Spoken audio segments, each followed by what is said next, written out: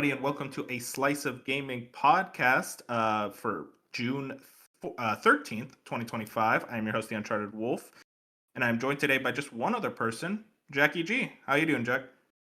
Hello, thank you for having me on. It's been a while.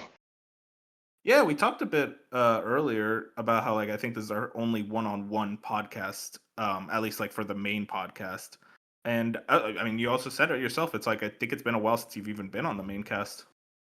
Yeah, I think so. I feel like last few weeks have been very busy. So Yeah, I get it, man. Especially with all the gaming events, SGF, Xbox. Right now, it's it was a pretty slow news week, so I was like, okay, I only need one other person to get through the news because it seems like there's not too much to talk about, but there's some fun headlines here and there to kind of get some conversation going.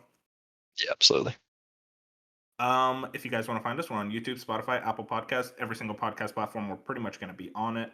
Like the podcast on any app that you use, and also follow us on Twitter and Blue Sky at A Slice of Gaming. But with that, I think we're about ready to jump into it.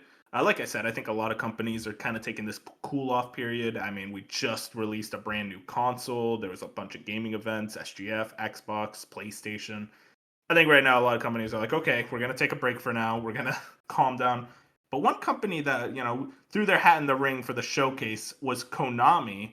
Now, Jack, if you remember, there were little digital events, but one of the most infamous E3 press conferences of all time were put on by Konami back in 2010 for E3, if you remember. Yeah, it's certainly been a long time since they've even shown their face. I love watching that press conference every now and then. It's one of the funniest things I've ever seen. I always think about when the wrestlers get on stage and the guys are like, no, stop fighting. And it's like the most staged, awkward thing you've ever seen in your life. And bring me back. Seriously, E3, man, there's just something special about. Though I will say, we watched the IO Interactive Showcase, and I was like, "Yep, this is peak E3. They brought it back." But yeah, Konami put on their little digital event, the Konami Press Start. It was actually really cute. What's it called? They did a little Konami code at the start of the press conference. It's like, oh, okay, that's a fun way to. That's why it's called Press Start. That's fun. I was a little surprised there was never a digital event called Press Start. That Konami has the rights to that now, which is okay, you know what? Respect to you. I feel like someone would have taken Press Start by now. Yeah, I thought there was a magazine called Press Start, in all honesty, so maybe I'm wrong. Either a magazine or a podcast, or maybe Konami just doesn't care, and they're like, "No, we take it now," which is funny. But yeah, you watch this thing? Yeah, just quick, briefly, I sort of watched it on 1.5 speed because I kind of knew what to expect, but Exactly. I guess overall, it was okay. It was one of those things where it wasn't really offensive. It wasn't long, and I feel like the way they showed the games was way better than I expected. Not too much new info. I pretty much grabbed the two big headlines, but they showed off Silent Hill F gameplay. That still looks awesome. I really love. They actually showed HUD gameplay too, and we're kind of explaining with the team what this whole thing is about. And then there was God, what was that at the start? Metal Gear, and they showed a good amount there as well. And it's like, okay, you know what? At the end of the day, this wasn't really needed to happen, but hey, this is pretty decent. I don't mind this happening. yeah, and like you say, it flowed pretty well, and it was probably a good thing that we knew what to expect going in. So Yeah, yeah, it very was well pretty good. produced. That's one thing I could say. It was very well produced. It didn't feel like there was any hitches in audio video quality at all. It was like, okay, you know what? Fair enough. Hey, we were talking about this better than any Capcom showcase because oh boy, those are a disaster. Yeah, we always watch them for some sick reason, but is there anything that ever comes out of it? We always think something's gonna happen, like they learned their lesson. It's like no, they still just show games off in the worst ways possible. But let's get into the actual big announcements. First off, they announced Silent Hill remake, specifically for Silent Hill 1, where 64 has this Silent Hill remake game in development by Blooper Team. Announcement was accompanied with Silent Hill 1 music, but then just a little bit later, the Silent Hill remake confirmed from official account as opposed to a new Silent Hill entry. And the official account says Silent Hill remake in the works. We are currently working with Blooper Team on a remake of Silent Hill, which was released for PlayStation in 1999, and so on. If you remember, Jack, there was a while back, I think like early this year, probably actually. Konami announced they're working with Blooper Team on an unannounced project. Didn't even mention Silent Hill, and I think everyone was kind of assuming it was something Silent Hill related, either a remake or maybe a brand new game. And now we know that it is a remake of Silent Hill 1.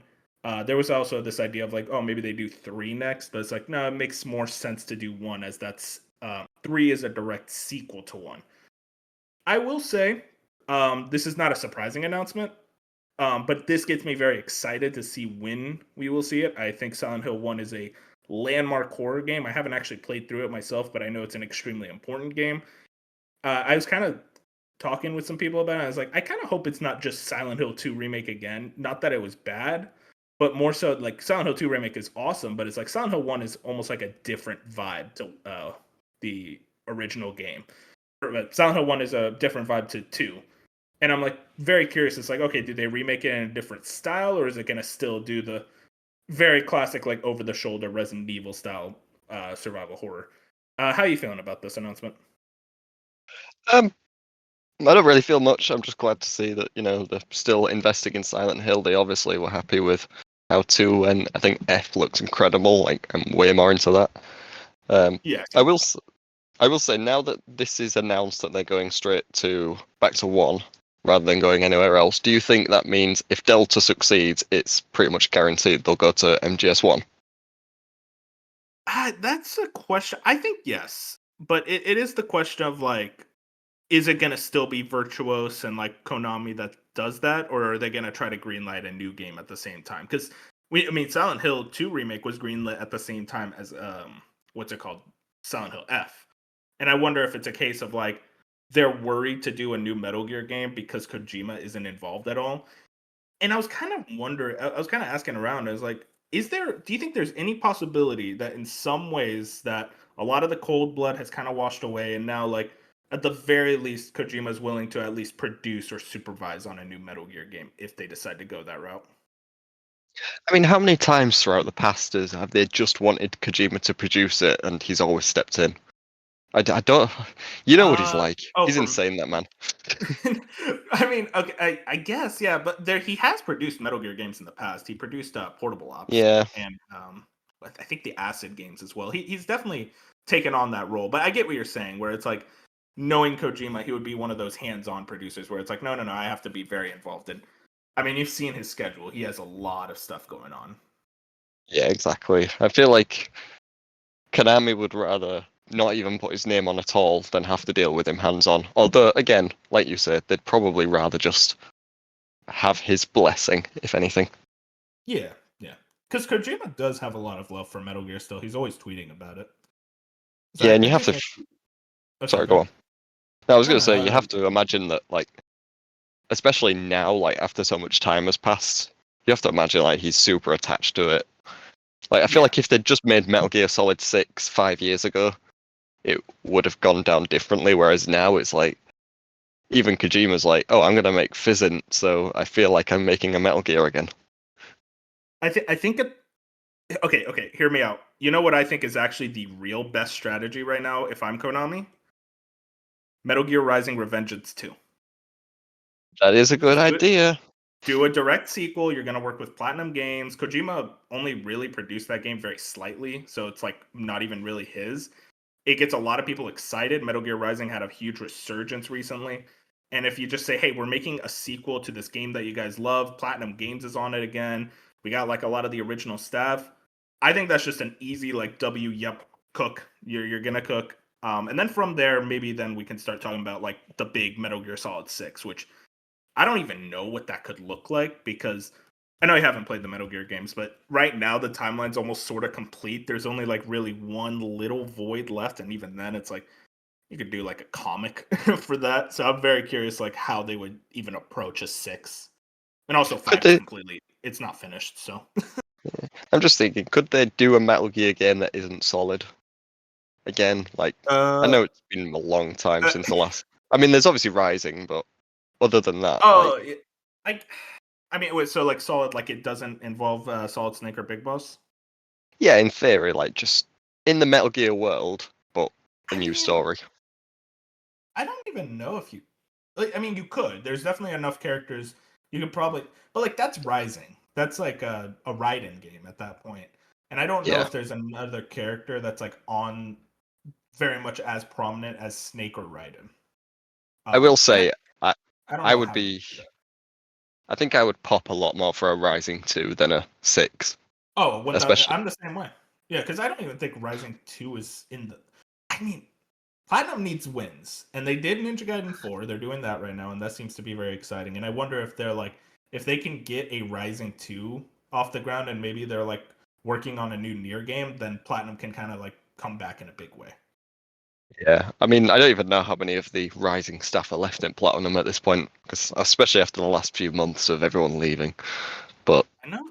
I think the big thing is the director. I can check real quick. I forget what his name was. at this Kenji point, I just Saito. Sorry, there's no continue. way he's. No, I was going to say, is he there at Platinum still, or I can check real quick. Uh, yeah, what were you gonna say? I'm gonna find out real quick. I can't remember. That feels more important.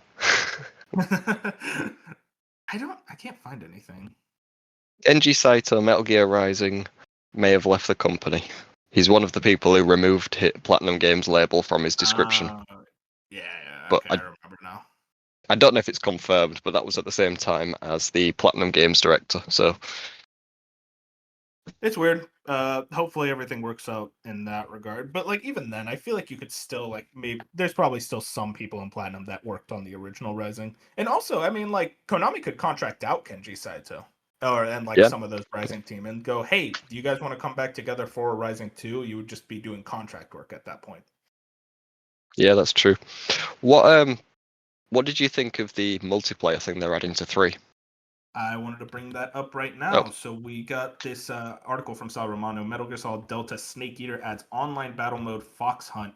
I found this really interesting. I'll read a little bit of what was said here. Fox Hunt is a completely original online multiplayer mode. Mode director Yusa Hara said in today's Konami Press Start broadcast. Quote, though it shares the same world with Metal Gear Solid Delta Snake Eater, the gameplay is completely different. When we say Metal Gear multiplayer, many fans will probably think of Metal Gear Online, but Fox Hunt will be its own new type of mode. And I found this very interesting. We very much appreciate all the longtime fans of Metal Gear Online that always wanted to see it make a comeback. But the landscape of multiplayer games has changed a lot since Metal Gear Online. It took a lot of careful consideration to think about what a new online mode should look like. So this is very confusing because he says, "Oh, the landscape of multiplayer games has changed a lot." It's like, okay, it's free to play, a standalone game, but it's like, no, this is a mode. So if you don't know about Metal Gear Online, Jack, it was also just a mode. This is effectively the same thing as Metal Gear Online. So now I'm just like, so what is this really? I'm curious. I loved Metal Gear Online in MGS5. It was so much fun. I played the shit out of it. And now we have this brand new thing called Fox Hunt. I'm very curious. It was weird they didn't detail anything about it. And I'm like, well, I feel like this is the place where you would actually go into the details. So I'm very confused about that. Overall, though, I'm interested. I love Metal Gear Online, and it's like, here's my thing. It's a mode. No skin off their teeth, no skin off my teeth. At the end of the day, it's like I don't think this is gonna sell anyone on the game more, or it's gonna dissuade anyone away from the game. It's just like, hey, here's a new multiplayer mode for our fans who really love Metal Gear Online. Here's kind of like a substitute, different thing, even though it seems like it's basically the same thing. We'll see. I'm curious about it. Anything new Metal Gear related, I'll be very interested in. yeah, I'm just glad the Metal Gear Survive team's getting work. God bless him, dude. Yeah, I've never played that game. I really need to play through it. As a Metal Gear fan, it's like my duty to play through that game all the way through. Yeah, you got to do it. I'm sure the servers are still barely hanging on. Yes, in some way. Metal Gear Survive, dude. That I remember when that was revealed, and I thought to myself, even as like I think I was like 15 at the time. I forget. Yeah, I was 15, and I was thinking, oh no, this is gonna be bad. This is a bad Metal Gear game coming, and then it came out. I was like, damn, I was right. It was Yeah, weird. certainly something. That was a rough era of Konami. But I kind of wanted to ask you, Jack, do you think we're kind of at the start of a Konami renaissance? I mean, right now they've been doing a lot with their collections, like Metal Gear and Castlevania have very much been getting a lot of collections. Holding out hope for Master Collection Volume 2 being announced soon. I want to play MGS4 on modern consoles for the love of God, Sony. But yeah, you have that, and then you also have stuff going on with Silent Hill absolutely kicking ass with the 2 remake. F looks awesome. I can't wait. And then Metal Gear with Delta. And you'd have to assume like Andy Robinson is still very much like, no, there's a new Castlevania game coming in some way, shape, or form. I'm very curious to see that. Like, do you think right now it's like, no, Konami is fully back, or are you like still wait and see? It's like, okay, let's see what their kind of internal teams look like, or whatever external partnerships go on looking like. I'm definitely still on the cautious side. I'm obviously very glad that Silent Hill 2 did as well as it did. I think it surprised everybody. No one expected it to be as good. I'm curious about F with a brand new game, especially with the Neobards making it. And obviously, well, of course. And then obviously Delta being in-house with Konami. Obviously, Virtuos is helping, but it is mostly the in-house team. So I am curious to see those. Once those are out, if they pop off, then yeah, I think I'll be in the Konami's back gang. Yeah, that's fair. I think it's like it's a wait and see approach. Let's see how these projects work out because Silent Hill 2 remake was mostly Blooper team. Mostly Blooper team with producers from Konami helping out a big ton. And now it's like I know Delta is very heavily in house in a lot of ways, and also we have what was it, Silent Hill F, which is like now a completely separate team. So now it's like, how good is Konami really? And I think also that question can go to Blooper Team, where I'm so curious about Chronos: The New Dawn. If that comes out and it's like better than the medium, and it's like, no, this is actually really good too. It's like, okay, maybe Blooper Team is like, we see that and we get really excited now because we've seen they can work really well with a blueprint with Silent Hill 2 remake. Now it's like, okay, what can they do with a what to call a brand new original IP? Which I'm very excited for that game. It looks very cool. Remember Silent Hill Townfall? Oh my god! Hey, you know what? We try to forget. That was What was supposed to. that? That was the Oh wait, no. Annapurna one, wasn't it? Oh yeah, okay. You got me confused with the What was the like live streaming one? I forget what that was. I've forgotten the name already. Silent Hill Townshed? No, no. I've got it confused with Downpour now. Wait, Silent Hill live stream game. Ascension? Was it Ascension? Yeah, Ascension. Ascension was so funny. Hey, you know what? Every company makes their mistakes. I want to believe as a Konami fan they're back, but hey, sometimes they really love to prove me wrong. Yeah, but Um, that Townfall is just. I don't think we've seen that since the initial Silent Hill show. I know Annapurna went through a lot of weird things, and I wonder if that kind of had some weird issues go around it because of that. Yeah, I think. possibly. Oh wait. Yeah, it's developed by No Code, published by Konami and Annapurna. Hang on, No Code. Let's see what they've done. Oh wait, have you heard of No Code? I remember the name, and I think I remember hearing what they'd worked on, but I've already forgotten. See what they've worked on. No Code. Nope, that's a completely separate thing for programming. Hang on. No Code game development. Oh, they're Scottish. Oh no. Okay, well this is good. Well, hey, Rockstar Scottish. No one's perfect. Okay, they're in Glasgow. They've done Love versus Dub, Super Arclight, House Abandoned, Stories Untold, Observation. I've heard of that one. Yeah, I've And heard of now Observation, so. that's big. Let's see, what did Observation get? It got a 79 on PC and a 75 on PS4. Okay, well now I'm starting to get a little worried about that now. Yeah, according to Gamatsu, the last update from anything Silent Hill Townfall was 2 years ago by the looks of it. That was the last bit of news attached to it, was the announcement. Yeah, that was a weird time because like they announced that literally at the same time as like 12 other Silent Hill things, where like there was 2 remake, there was F, like all announced around the There same was a time. movie, was Oh yeah, the Yeah, there was movie that. was I think that's still like pretty set to come out soon, at least in the next year or two.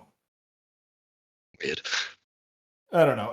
Konami's always really wanted to make Silent Hill a big thing, and Two Remake I think really very much was the big breakout moment for the franchise because the games have never sold exceptionally well, but I think Two Remake is like, oh wow, this did very well for us, and I think F will probably be like, if that does well as well, it's like I think Konami is going to be in a very good position with that IP. Yeah. Let's move on to Sony.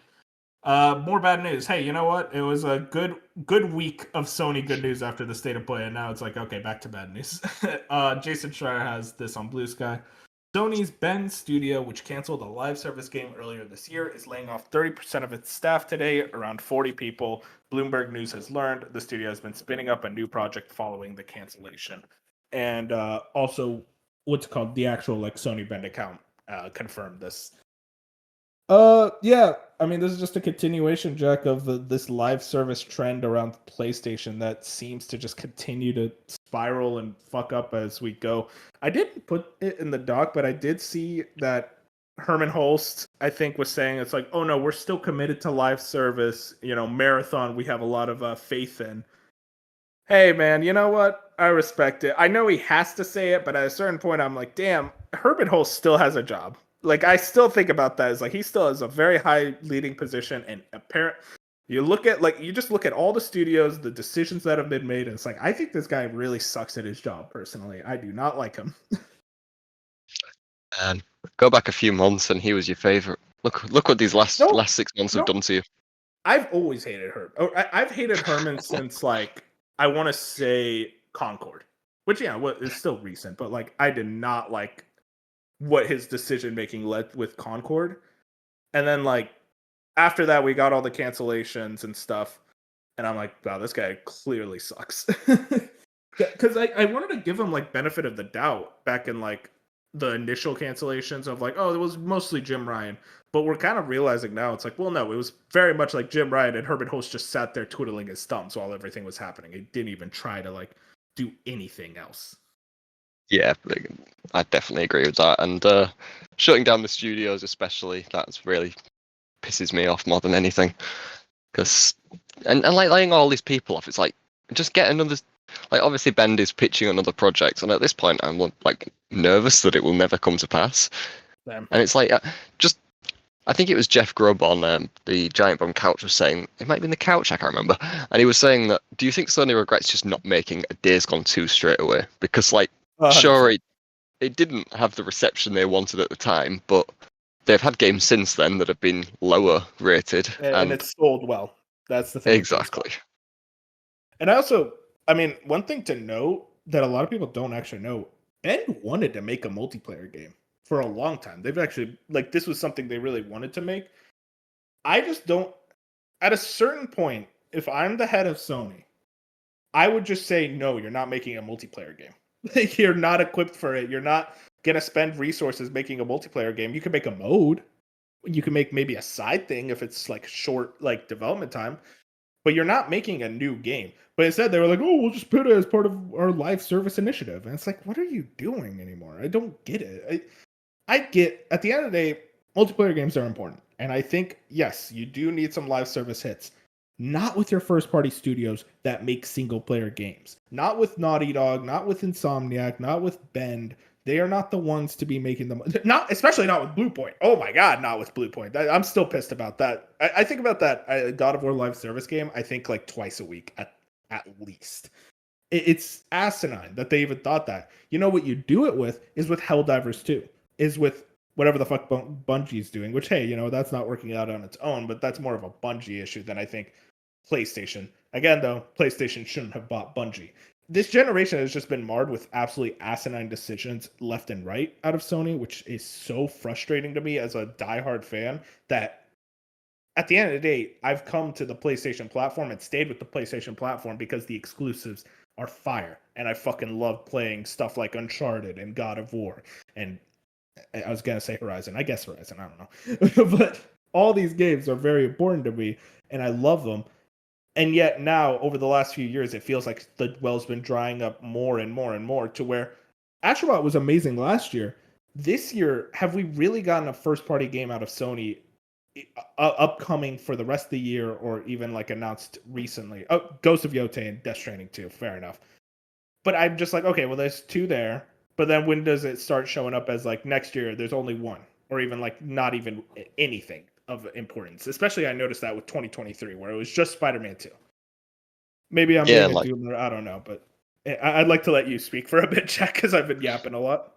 no, I was mostly just going to agree with you because, like, throughout 2024, they kept saying, "Oh, we won't have any big franchises this year," and I thought 2024 was actually pretty good for Sony. Obviously, it had Concord, but Yeah, no. apart from that, Look at everything yeah, else. yeah, it was a solid year. And then they said, like, 2025, we're going to have the big franchises, we're going to have a really big year.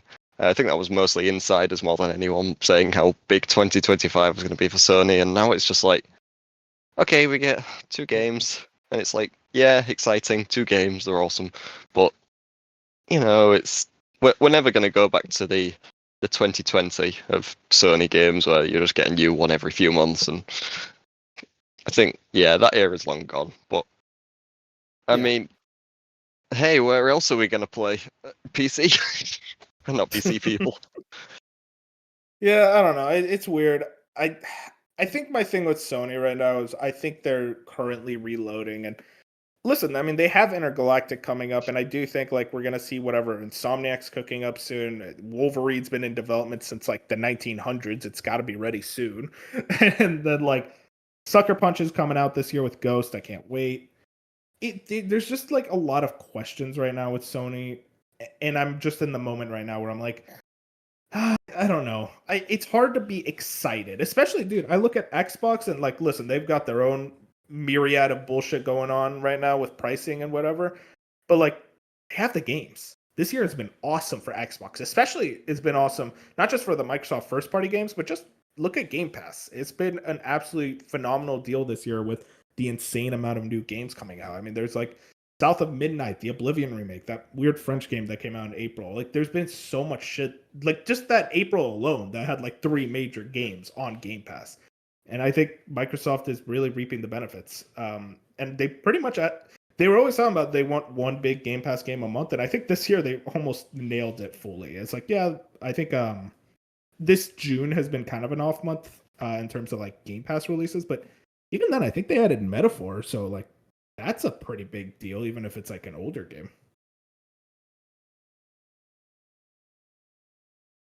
We will see Uh, how uh, Sony is. Oh, sorry. If you, we will see how no, Sony's no, doing. yeah, Uh, it's curious. I think I want to be. I'm hoping like a September state of play happens. Bench is adamant that it's a showcase. It's not. I'm just telling him that now. But when we get that September state of play, I think we'll probably get some answers fulfilled. Because also, I mean, like the God of War side game and Until Dawn 2 have just been like MIA right now, and I don't know what's going on with them. yeah. You have to assume they're not this year anymore, which it sucks, but we'll see. We've got the Ghost of Tsushima, Ghost of Yotai state of play in the next month, I suppose. So at least we've got something. Yeah, a weird part of me is almost like I don't even know if I need to watch that because I'm already gonna get the game day one. But also, I know myself, I'm not gonna be able to resist. I need to see it. Yeah, that Ghost of Tsushima one they did before launch, though, was so good. It was one of the. In fact, it was the only good state of play they'd had up to that point. I remember. Yeah, exciting. I hope Ghost of Yotei hits. It's gonna hit. I'm very much have full faith in Sucker Punch to nail it, and Death Stranding 2, I'm very excited for as well. Let's move on into the realm of Nintendo. Just some sales data. Nintendo Switch 2 sells over 3.5 million units worldwide in the first 4 days. And what's very funny, Jack, is they were like, this is the fastest selling Nintendo piece of hardware ever. And it's like, no, it's the fastest selling video game hardware of all time. Like, at least for a console launches, this is the fastest a console has reached like a big number milestone. And this, I think I saw it was like 2.5 million for the Switch in the first month, and this is already exceeding that in the first 4 days, which is absolutely insane. And also, I have some sales data from Matt Piscatella. Nintendo Switch 2 set a new all-time launch week unit sales record for video game hardware in the U.S. with over 1.1 million units sold during the week ending June 7th, 2025. The record was previously held by PlayStation 4. 79% of Switch 2 users also bought Mario Kart World either physically or as part of the World Switch 2 hardware bundle. And then the top 3 best-selling Switch 2 physical video games sold in the week were Mario Kart World, Cyberpunk 2077, and then The Legend of Zelda Tears of the Kingdom Switch 2 edition. Very interesting notes there. I want to start with the 3.5 million units. I mean, Jack, we were kind of talking very bullish about like we knew the console would sell very well very quickly. I didn't think it would be this quick. See, I'm on the other end. I kind of assumed it would be past this already. Wow, look at you. Okay. Wait, because this was June 10th. It was reported. Yeah, I just assumed that first launch weekend would be way more insane, but I don't know. I feel like I've had, maybe it's just like in my circles where I'm like, you know, I talk to people at work and people in the family, and like none of them even know this console's out. So maybe once they actually start knowing that it's out, it'll start selling what I expect. But Yeah, you have 3.5. to think with consoles launches, usually like the casual public doesn't know too much about it. It's not until holiday when the casual really understands like, oh, a new Nintendo console is out. Yeah, that's very true. I thought there'd be more sickos ready to buy the console. Fair. Yeah, I get what you mean. But still, I mean, 3.5 million is nothing to scoff at, especially being the fastest selling. Yeah. It's very interesting to see how much it's sold just in its first 4 days. And one thing to note, supply was very good. It wasn't the case of like, I saw some people were like, oh man, maybe this thing isn't doing as well since people are able to just walk into Walmart and get one. But it's like, no, they just made a lot of Switch 2s and they were very much prepared for the supply and demand situation. So I gotta respect Nintendo for being able to avoid a PS5 situation, which, you know, that was a different thing. That was during the pandemic. But like now it's like, okay, they don't have to worry about supply constraints. They have a lot of stuff already set up in the States and other territories. This thing is going to launch and you will be able to get one if you really want one.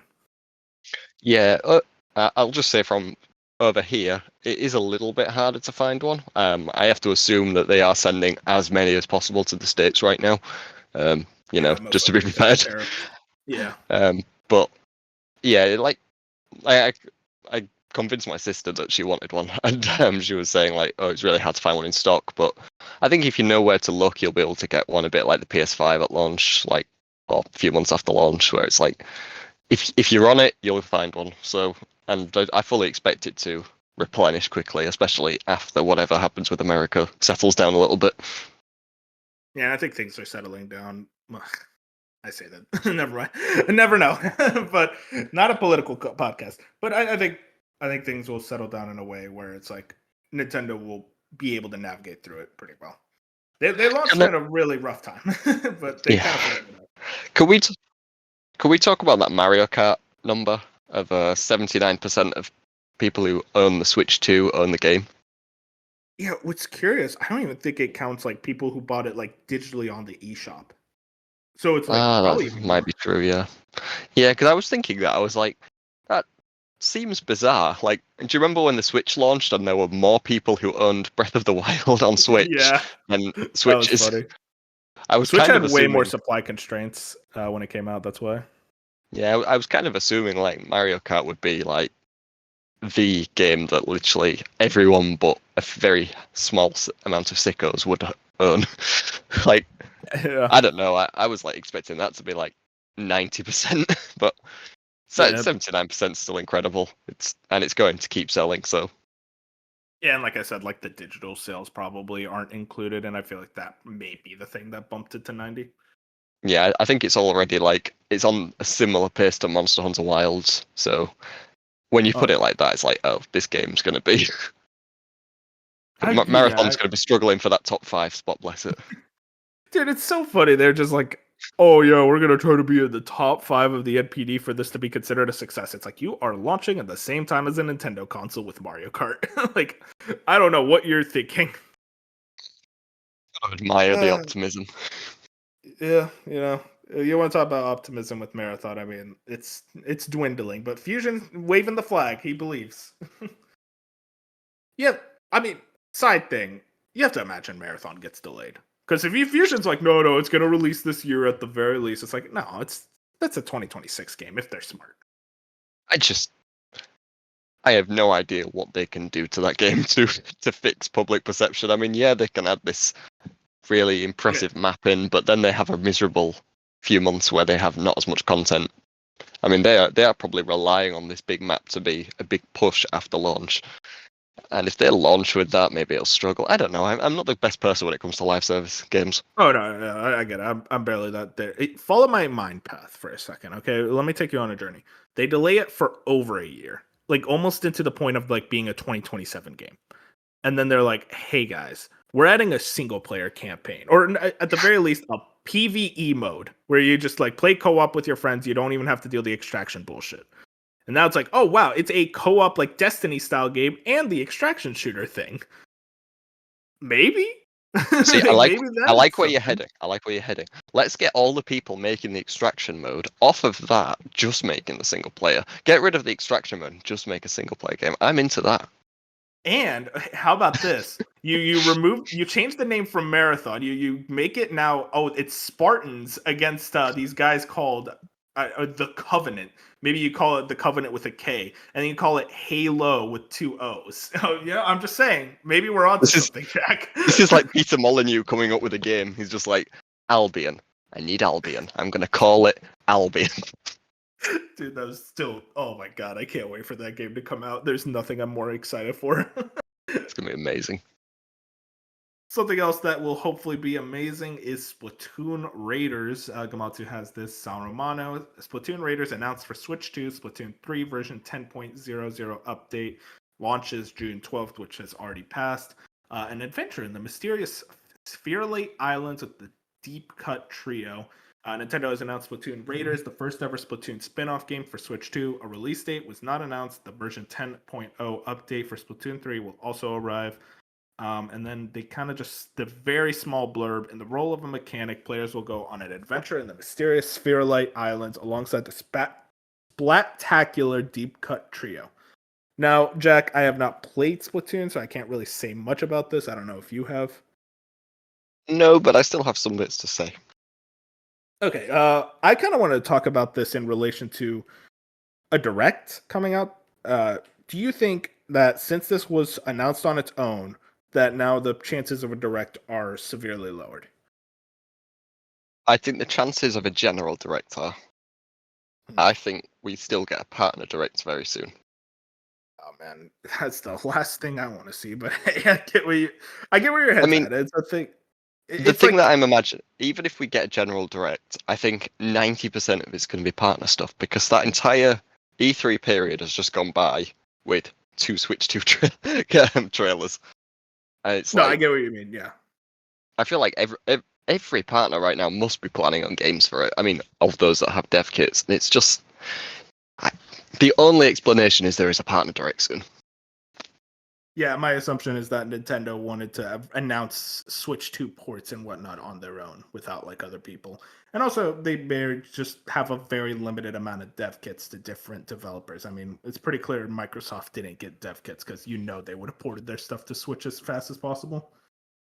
Yeah, I mean, we have Tony Hawk, and I think that's it for Microsoft. Is that right? Yeah, and that's like Activision. I was talking to Bop about it, and he's like very much of the assumption that Tony Hawk is more of an Activision thing, and like Activision is still pretty separate from Microsoft, even if they are owned by them. Yeah, that makes sense. I will say, like, even if there isn't a general direct this month, I don't think we have to wait till September. I mean, let's face it, we were already thrown out the normal calendar this year because we had a general direct in April. We've had a console launch, so they can just do things whatever they want. They could be a general in August or July. Yeah, my argument for a general direct was always that they still need to talk about Donkey Kong. They still need to detail a lot about Kirby, Air Riders. There's still a good amount of stuff that like Drag X Drive doesn't have a date, Jack. I mean, what the fuck am I supposed to do without Drag X Drive? And they did say summer, so they have to show it in theory before September. Exactly. I think it's just a case of like, I think Nintendo has stuff they still need to detail, and I think you detail that stuff during a direct. I know you could do it on your own through the Nintendo Today app, but I just think you want to try to get as much eyes as possible on Donkey Kong for the biggest possible success for that game. because Donkey Kong is not the 20-30 million seller that a Mario Kart is. So I think they really want to give that game as much possible chances of success by really detailing it in a big general direct. But who knows? Maybe they could do a mini, like kind of a thing where it's like, hey, we're gonna have first party stuff here, but it's gonna be a lot shorter. It's like 20 minutes.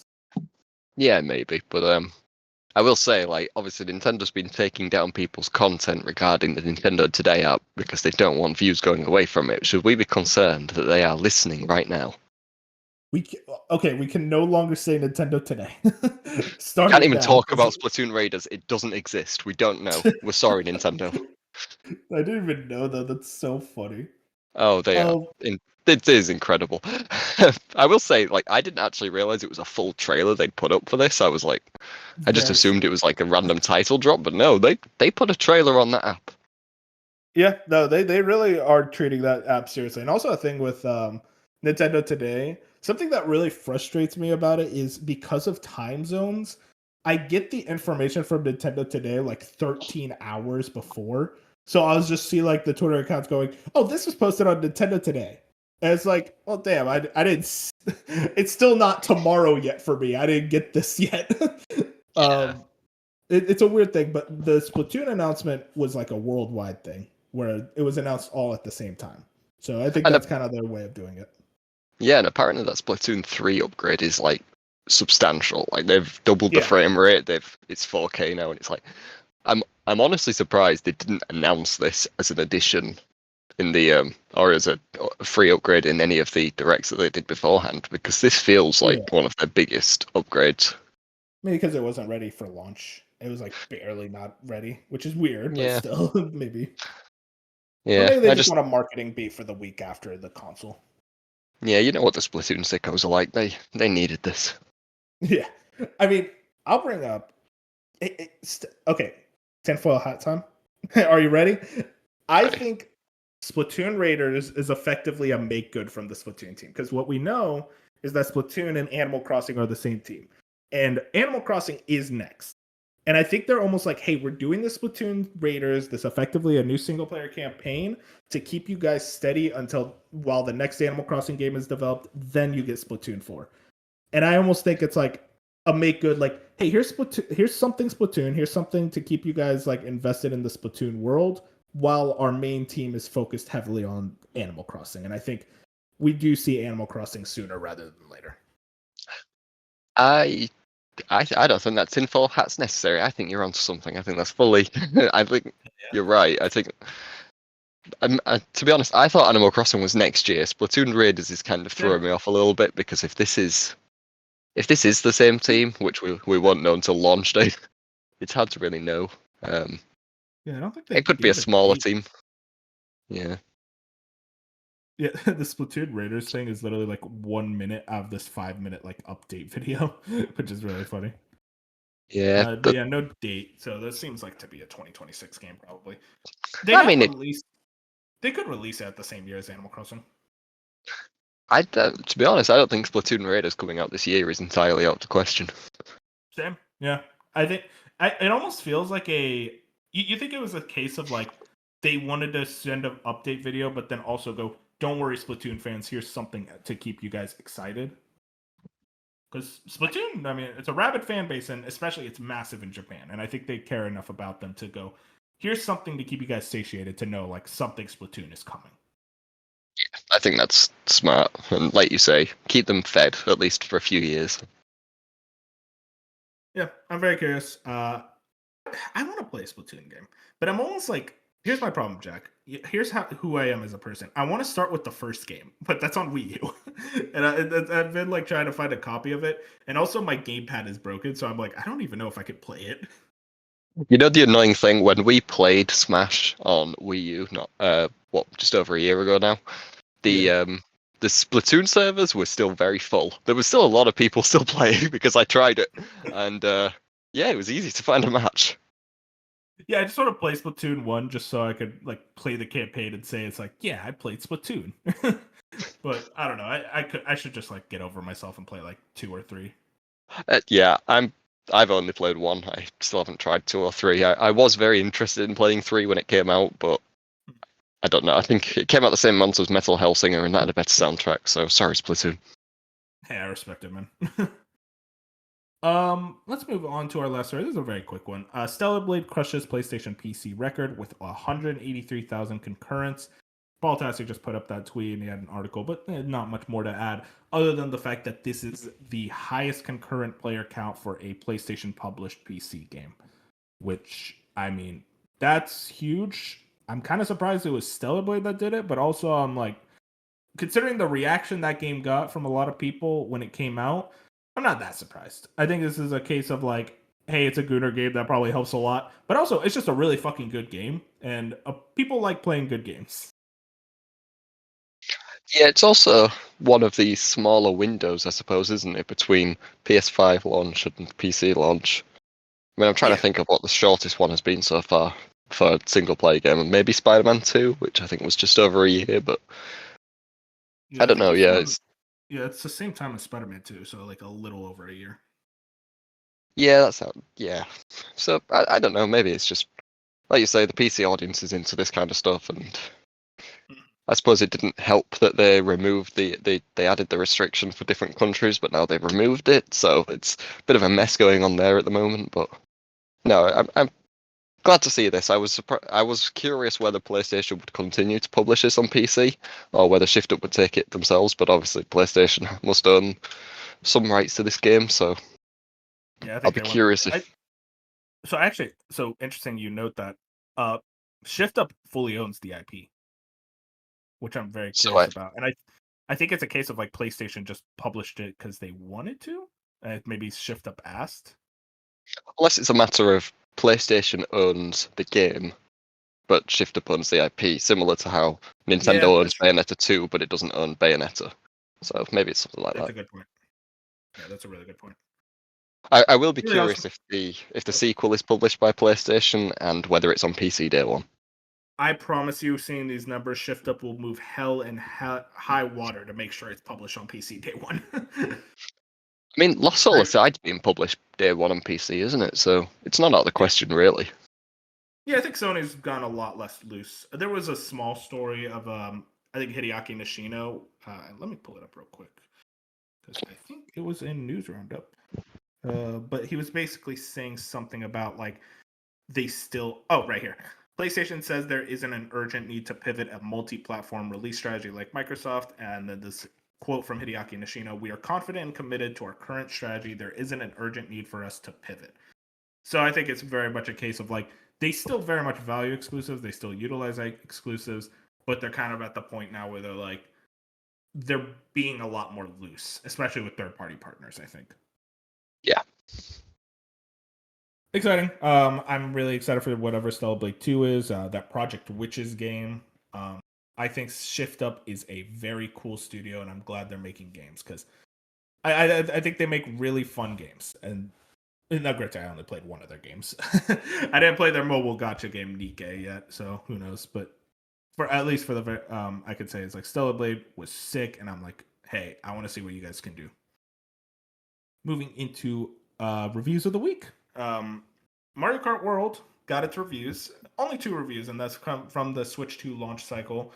Technically, I could have talked about these last week, but I was kind of waiting for more reviews to come in. Now we're at 60 reviews. Currently, it is sitting at an 87 on OpenCritic.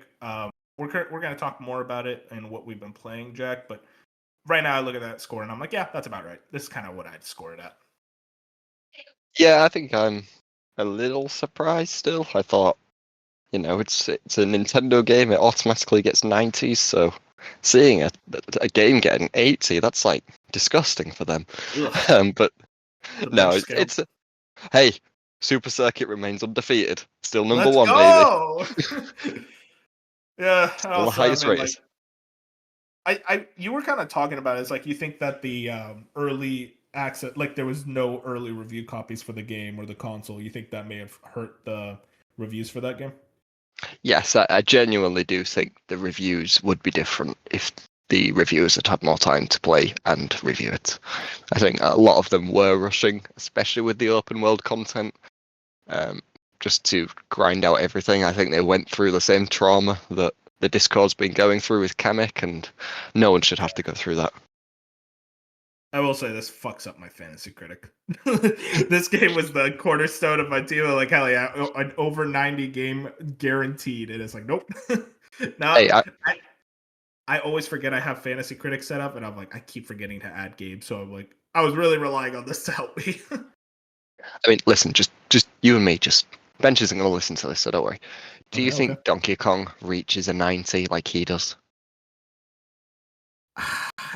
It's so mixed because I'm like, you tell me it's the Odyssey team, and I'm like, oh well, obviously they'll reach a 90. But then you look at the people who were talking about it in the previews, and they were a little like, I don't want to say discouraged, but they were like, oh, this doesn't seem like the quality for the Odyssey team. They were like a little surprised if it would be the Odyssey team. Yeah, I feel like I've heard a lot of people say they were disappointed by the demo, and I know it's just a demo, but Hmm. I'm excited for it. I'm Monkey Go Smash. That's all I need. But Yeah, Red Faction Gorilla. absolutely, this is real gaming. I don't need stories. I need Smash. I've always been saying this. I've always been saying that. I'm super curious about that game. I mean, I'm right there with you, Jack. Where I'm like, I don't care what reviews it gets. I am ready to smash. I cannot wait for that Yeah. game. Yeah, me I too. think it's like right. I think it's right now. Maybe it's my most anticipated. Death Stranding 2. No, you know what's weird though? If you told me right now, it's like we will give you one game that's coming out for the rest of the year. It's like I think I would go Donkey Kong because I think that's like the type of mindless game that I like. I don't need to get into the zone for. I just want to just jump in, play as Donkey Kong, jump and hit things. I mean, I didn't get time to talk about this last week, but Mina the Hollow was announced for this year, so I don't care about any other game. Yeah, I'll let you get your bars off. I meant to ask you at the top of the show for your favorite picks from that, but I'll ask you after we get done talking about Nintendo Switch 2 Welcome Tour, which also got reviews. It is currently sitting at a 62. Let me tell you, Jack, it needs to be lower. That's too high for this game. You know what? I thought it would be lower, and it was lower, and then it shot back up into the 60s. That's impressive. That's good standing for this game. Nintendo Life gave this shit an 8. Like, come Hell on, what yes, are we doing Nintendo here? Life. I'm sorry. I played it. It's not good. It's just not. It's just like it's a joke, and it's like, how is this not free? Is how I constantly think about this game whenever I'm playing it. I'm like, this is a paid for product. It really makes you think more and more about Astro's Playroom and Wii Sports. And I know Wii Sports technically, like, it was only really a pack-in in the. Was it a pack-in in the UK? Jack, do you know that? Yes, yeah. Oh, okay, yeah. So I know it was a big thing where it's like like Reggie really had to fight for Wii Sports. If I'm Doug Bowser, I don't even blame him. I'm like, I'm not fighting for this. I don't care. No one should have to subject themselves to this. Yeah, I honestly wonder if like people would have been even more down on the Switch 2's launch if they had to play Welcome Tour because it was included. Yeah, I truly do think $80 games suck and all that. There's so much around it. The biggest example of Nintendo's hubris is just this game being $10, where I've never seen something so agreed upon where it's like, how is this not free? See, I agree. However, this is funny, and the rest of them aren't. That's fair. That's fair. I'll give you that. I'll give you that. I just can't help but laugh at this. It's like, it's like another game that hasn't got reviews this week, but mine's eye. It's like I just want to laugh. I can't be upset. Oh man, I tried to check. I don't think it got reviews at all yet. No, it doesn't yet. No one got review copied. I'm so excited to see the reviews. Oh, there's 4 critic reviews. What do you think that's currently at for Push Square? They out of 10, what do you think they gave it? 4. A 3. Yes. The Beta Network gave it a 4 out of 10. Game 8 gave it a 46 out of 100, and Gaming Bolt gave it a 5 out of 10. Let me tell you, Jack, when this thing is $10, I can't fucking wait. I'm so excited to play this game when it's $10. I don't know what's worse, the fact that those reviews or the fact that someone's brave enough to have a 100-point review scale. I could never. That would kill me. God, dude. I think IGN had a 100-point review scale, and that's why it led to like stuff like San Andreas, I think, had a 9.9 out of 10, where it's like, just give it a 10, dude. Like, what are we doing here? I struggle with any numbers, never mind 100 points. Yeah, that's why I'm team 20 point, where I'm like, give me the 0.5s as like a little bit of like wiggle room to work with in case I'm like, it's an 8, but it's a little better than an 8. Like, I want to give it an 8.5. But, I don't want to go into the, is it an 8.3 or an 8.2? It's like, well, I don't care. Hey, I respect. Who was the site? gaming belt. I already forgot. Wait, hang on. I got rid of the tab. Well, either way, I respect them. I respect them for that. Game 8. That's it. Game 8. Thank you God for bless that. them. Yeah. I want to talk to you, Jack, before we get to what we've been playing. But Summer of Gaming is wrapped up. Xbox, PlayStation, and what's it called? The Summer Game Fest happened. Get your overall opinions on the shows and just your favorite games out of each of the press conferences. So, as the biggest downer in the Discord, you're probably expecting me to shit on all three of them and say I hated all three. I liked all three. I'm just that weirdo. I respect it. Every single show had games that I was interested in. The pacing for SGF especially was rough, but it was a good show. It had Mina the Hollower in it. That's all I wanted. It was worth watching just for that.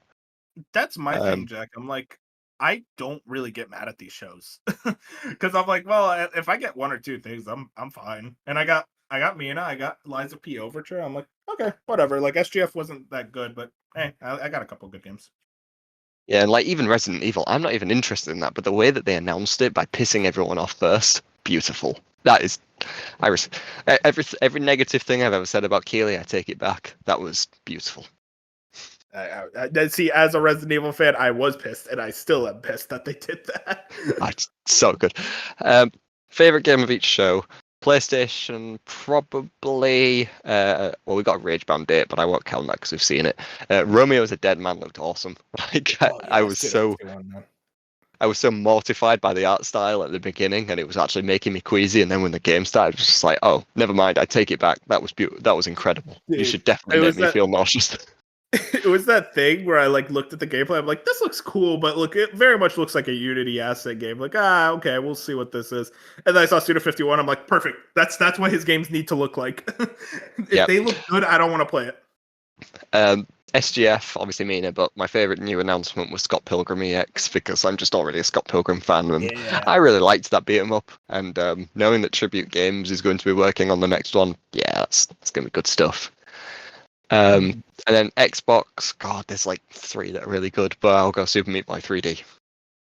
Yeah, Super Meat Boy looks awesome. And wait, just real quick, rapid fire. What were the other 2? The Plague Tale spin-off Resonance. I know it leaked the day before, which actually for me, it was dampened the trailer excitement, but when there was like Saturday where there weren't many shows I was watching, it was nice to keep the E3 hype going every day. Yeah. So a new Plague Tale game, I'm so in, and finding out it's a prequel just fascinates me because that's kind of the way I wanted it to go, where instead of like one set after the events, I'd rather have games set around it. So no, that's cool. And Planet of Lana 2, I loved Planet of Lana. It was one of my favorite games of 2023. So nice. Just finding out there's a sequel already. Yeah, I'm into it. Yeah, that was a fast turnaround because that's absolutely. Time. Hey, since Jack Bench isn't here, can we just shit on Persona 4 Revival and how bad that looks? I know it's early, but I'm like, God damn, that really is just Atlas hire this man energy. It definitely didn't have the polish to look that 3 had. Yeah. I don't know. Maybe I'm just being a whitey Persona 4 fan, but I'm like, man, that art style of the original looks really good, and this just looks bad. I don't like how the art style looks for this one. There will be plenty of time to whine when they launch the game without the golden content and sell you it in a DLC later. Dude, to this day, Jack, one of the scummiest things I've ever seen a company do. They release a remake called Persona 3 Reload. All the content will be here. And then later they're like, oh, no, not all the content. And I'm like, okay, fair, whatever. Apparently that content wasn't even good. Sure, okay. And then 3 months later, or not maybe not 3 months, but very, very soon, 3 to 5 months, somewhere around that range. They're like, hey guys, here's that content that was cut. It's $35. Fuck you, Atlas. Fuck off, you know man. What? I'm just surprised they didn't just sell you the whole game again with the DLC attached like they did with their other games. Yep, yeah. They could have just done a royal. They're probably going to do that for Metaphor. Just get ready. Even though they said, no, we're not doing that. They're going to do that. They're doing it. That's what I hate about Atlas, man, because I'm like, God, your games are so good, but you piss me off all the time. Hey, it gives me plenty of time between games because it's like, hey, Persona 5 comes out and no new Atlas games after that I care about. Just give me Persona 6. I'm just like, give me Persona 6, man. That's all I care about.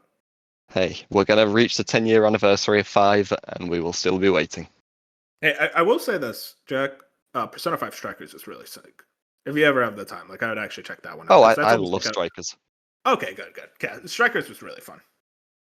Up until this year, it was my favorite Warriors game, but no, now You got that Dynasty Hyrule Warriors is. Warriors coming out. Oh, Oh and wait, no, another one. Dynasty War. Yeah, I forgot about Dynasty. Yeah, you really like that one, right? Yeah, this is a good year for me. Yeah, you've been. Hey, I've been eating good too. Like I feel like I've gotten more than enough from the shit I like, and dude, And especially the next few months. Wow, dude, Shinobi. I've been looking at some gameplay of it. Oh man. Shinobi and Ragebound releasing within a month is the smartest Yeah. and cruelest thing someone can do to me. Yeah, I mean, dude, it's like it's a cool thing where it's like there's so much shit here, and then we just got so many 2026 dates recently. I'm like, fuck, dude, next year looks insane too. Yeah, Let's it's like slow it down. I got a backlog to get to. Meat Boy 3D. It's like it wasn't even on my radar, and all of a sudden, it's one of the most anticipated games I have like at all right now. Same. Yeah, can't wait. Last thing, what we've been playing. I want to talk to you, Jack. You got a Switch 2. We tried to get you on, but like it was really late for you, and yet you were still talking in chat the whole time. So maybe you're lying to me. I don't know. I don't get it. But Switch 2, you had it over a week now. I talked all about it, so I don't really have much to add other than I'm like getting all the moons in Odyssey still. That is still one of the best video games ever created. I love every single minute of that game. But yeah, nothing much else to add from there. But just overall thoughts on the Switch 2 and Mario Kart World and whatever else you've been playing. Unlike all these haters in the Discord, I'm loving the Switch 2. I'm loving Mario Kart World. Good man, good man.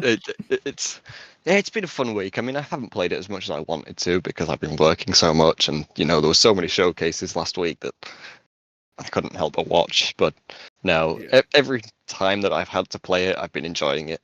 I definitely get the criticisms, especially about the open world, where people are like, "Oh, there's nothing to do."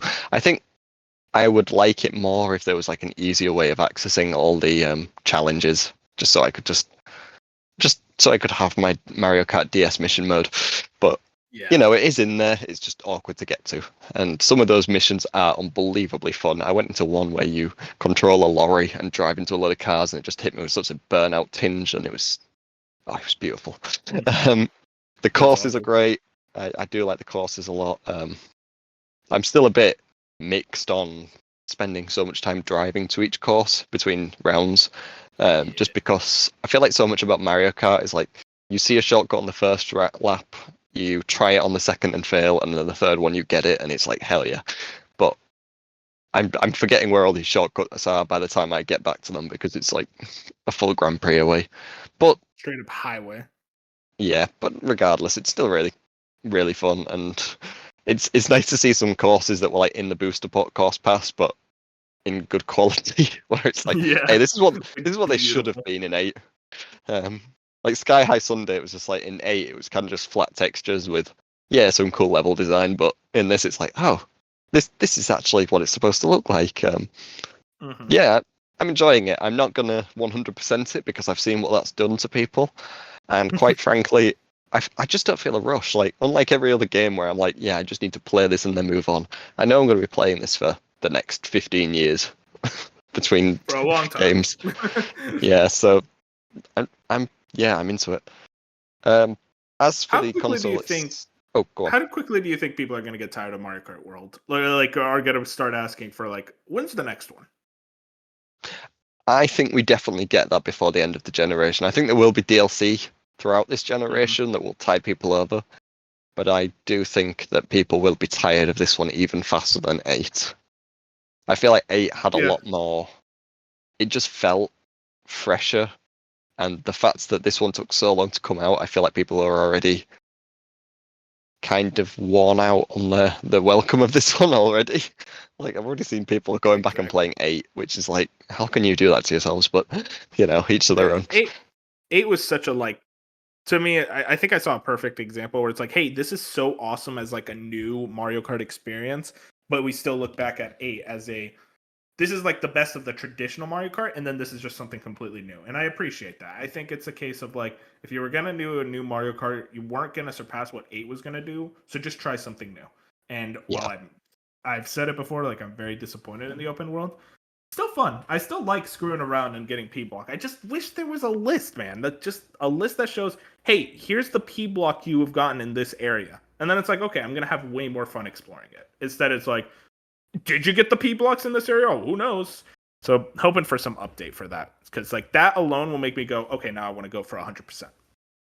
Yeah, and I will say this game fascinates me in the way that I can't help but wonder what the future of Smash is. Like they've had the perfect example of how to do this game, and then in the next one they make it open world and bizarre and kind of pisses some people off, but a lot of people do like it still. I can't help but wonder if Smash is going to be the same, where it's like the next one's going to feel so unbelievably different. I'm fully on the train that the next Smash game is very much a reboot of some kind. And it's going to launch with the Switch 3. Stop. I mean, the idea that Bob pulled up of like you're basically just gonna get like a Switch 2 edition for Ultimate, and then it's just gonna keep adding characters, and it's basically the Mario Kart 8 for this generation. I look at that and I'm like, I'm fine with that because I love Ultimate. But I'm also like, I don't want to know what a new Smash game is. No, I think that's definitely what's going to happen this generation. I think if there is a new Smash, it's next generation, which who knows how old we'll be by then. But God, I don't even know if I'm going to be alive by then. That's crazy to think about.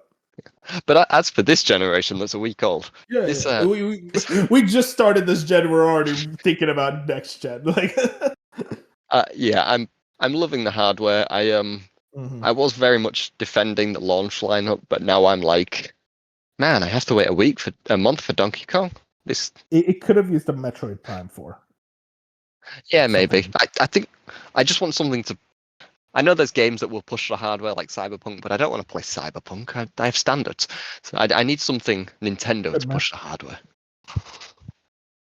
Yeah, it's one of those things of like, I feel like Mario Kart is the perfect multiplayer experience, but it's just if its single player options were more robust and more interesting, then I think it wouldn't have been as much of a problem. But seeing how shallow the open world is, I'm like, God, I really could have used a Metroid Prime 4 to really get me excited. But hey, you know what? I'm using Mario Odyssey as my big single player game. It's been working out.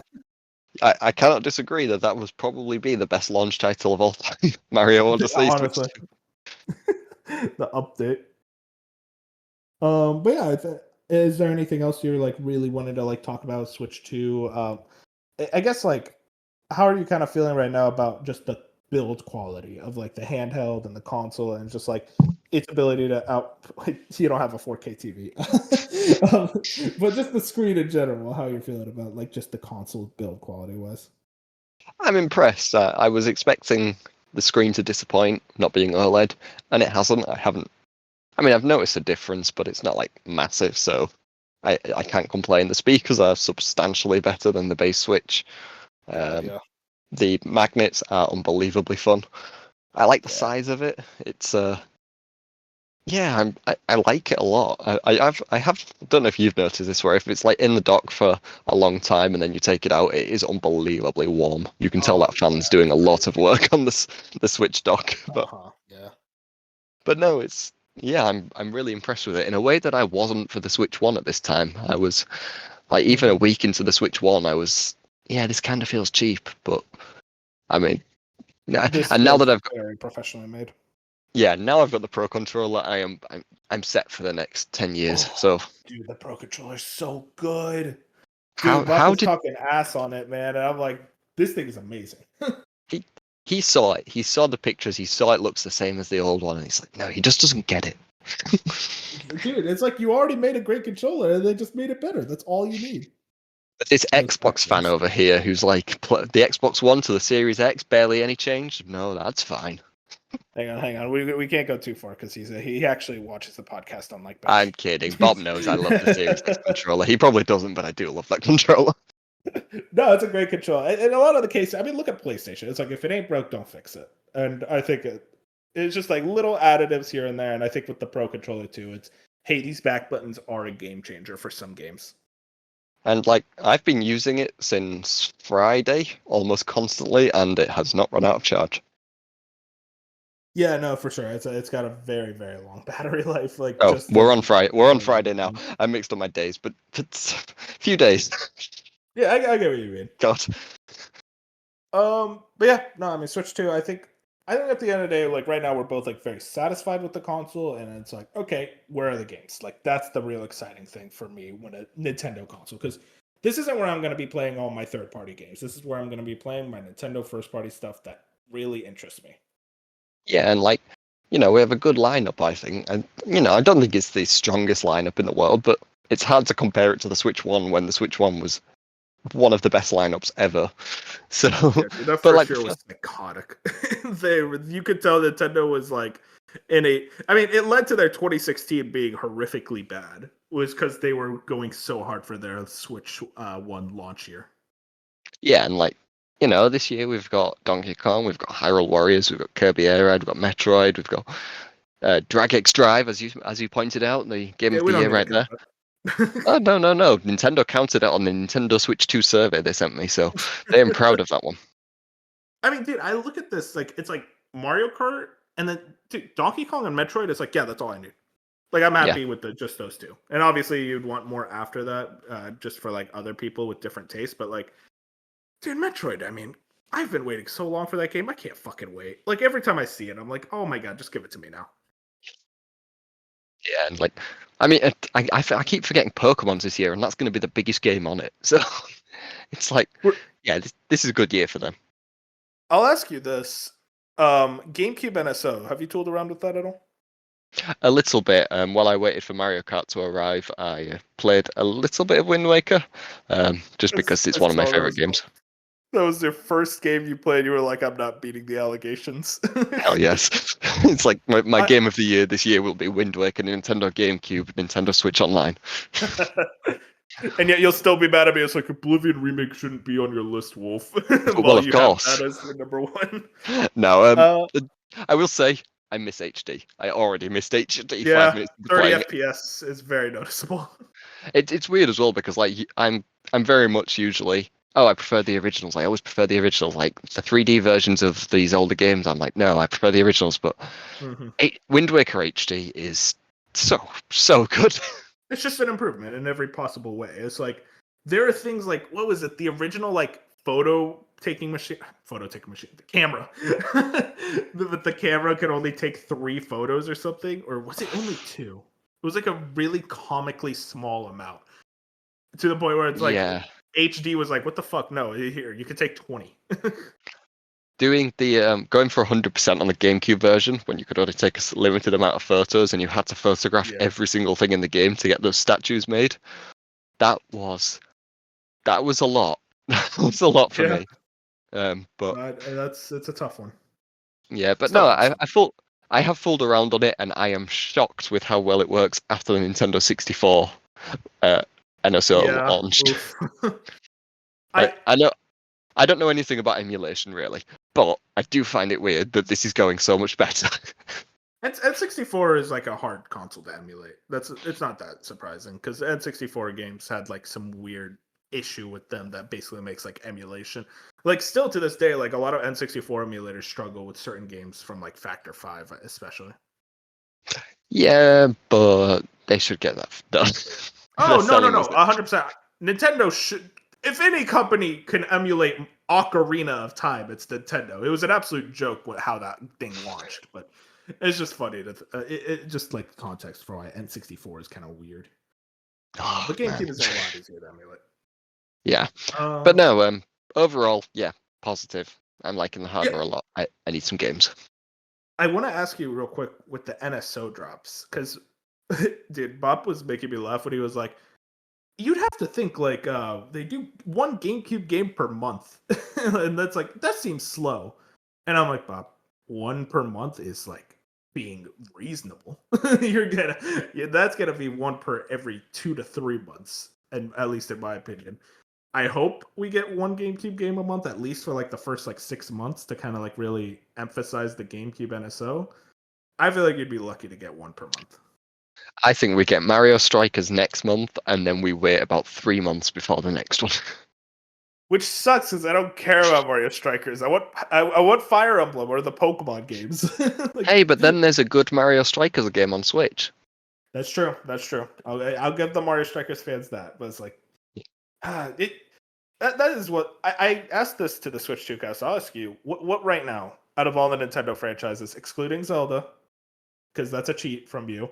What's like the one franchise where you're like, I want to see this game right now, like whatever this is, and also excluding Mario, because duh.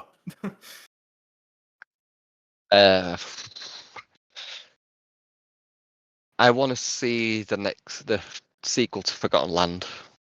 Oh, dude, that's a great answer. Yeah, Yeah. I think that might be it because I mean I know we're getting the expansion this year, but I'm a sicko. I don't play expansion. I will probably still play it because I love Forgotten Land that much, but Forgotten Land is one of my it's probably my favorite 3D platformer that's come out since Mario Odyssey, and there's been a lot that have launched since then. So. But more than Astrobot? Okay, wait, hang on. I want to go that far. You heard me. I love Kirby and the Forgotten Land. Listen, if there's one game that could do it, I respect Forgotten Land because that game is phenomenal. And just like, hey, we're doing the follow up to that game is going to be a really exciting moment. Yeah, I think it'll be a few years yet because like they have this expansion, then they've got Planet Robobot in theory somewhere. They'll probably do another 2D Kirby somewhere, and yeah, we'll probably wait a few years, but I'm still excited for it. Yeah, right there with you, man. But yeah, Switch 2. And just in general, like pretty slow news week, but we did about an hour and a half closer to it. We got a lot to talk about this week. I appreciate you joining me, Jack. It was a ton of fun. Thank you for having me. Anyways, you guys can find us on YouTube, Spotify, Apple Podcasts, like the podcast, and follow us on Twitter and Blue Sky at Slice of Gaming. With that, I think that's about it. Say good night. Good night.